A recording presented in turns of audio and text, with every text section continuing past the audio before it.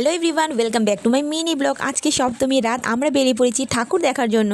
প্রথমেই চলে গেছি খুব সুন্দর একটা পেন্ডেলে। দেখো মাকে কত সুন্দর লাগছে।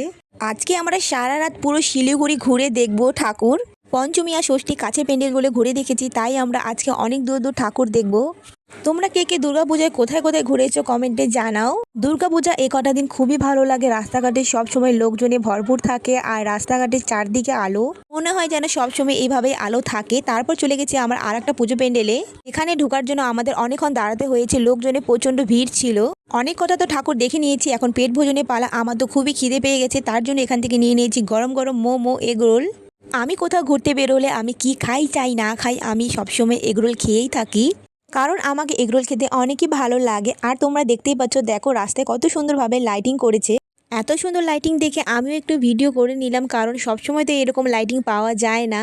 এখান থেকে বেরিয়ে সোজা চলে গেলাম নাগরদোলায় চড়তে। আমার তো খুবই ভয় লাগে, কিন্তু দেখে খুবই চড়ার ইচ্ছে করে।